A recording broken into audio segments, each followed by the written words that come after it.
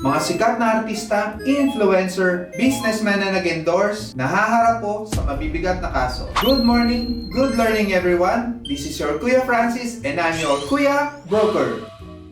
Mga ka-property, pag-usapan po natin ang mainit na issue ngayon. Nababalitaan po ba natin may mga artista, businessman at influencer na may kasalukuyang kaso? Lalo na po yung lately, isang asawa ng sikat na vocalist at isa pang sikat na artista na idinadawit sa large-scale estafa. Ang depensa po ng asawa sa isang nadadawit, ang kanyang asawa ay isang endorser lamang po. At wala naman po nahawakang pera galing sa mga investors. Ang may hawak ng pera ng lahat ng mga investors ay nasa may-ari ng kumpanya. Pero according sa SEC, kung ang endorser ay nag-e-endorse lamang po ng product or services ng kumpanya, ay okay lang daw po ito. Pero kapag ang endorser ay nag-e-endorse at naghihikayat na mag-invest sa kumpanyang na may promise na return of investment, ay may involved na sila sa issue na ito. Mga ka-property, isa po ba tayo sa napapa-invest dahil ito po ay in-endorse ng isang artista, influencer, or businessman?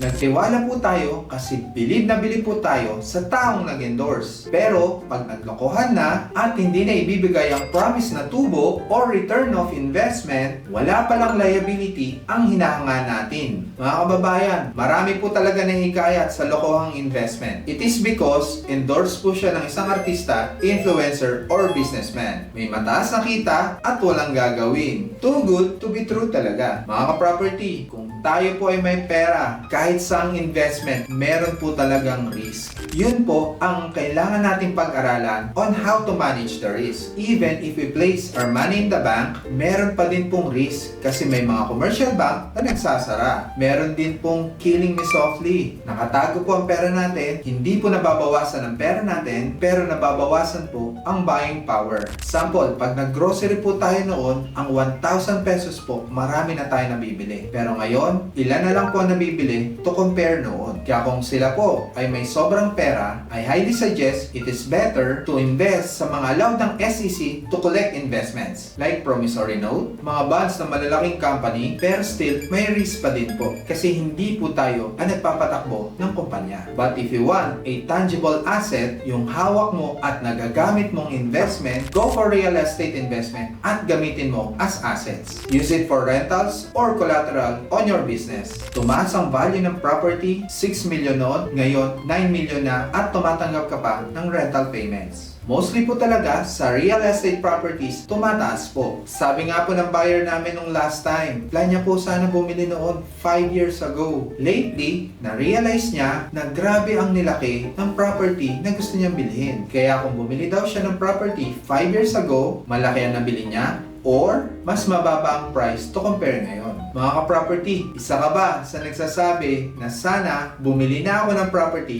5 years ago? Paki-comment naman po ang short story nila sa comment section. Mga ka-property, may advice lang po. Kung malaki po ang pangakong kikitain ng pera nila at wala po tayong gagawin, whether endorse po ito ng sikat na artista, businessman, or influencer, pag nagkalokohan, maghuhugas kamay lang po ang mga nag-endorse. Remember, if it's too good to be true, then it's not true. Huwag po tayong pumasok sa isang investment na hindi po natin kabisado. Pag-aralan po muna natin maigi ang business kung paano po tayo nila bibigyan ng profit. Lalong-lalo na po, huwag po natin itotodo ang ating naipon. Manghingi po tayo ng advice sa mga credible na tao. We need to learn how to manage it. Again, this is your Kuya Broker. God bless po sa ating lahat.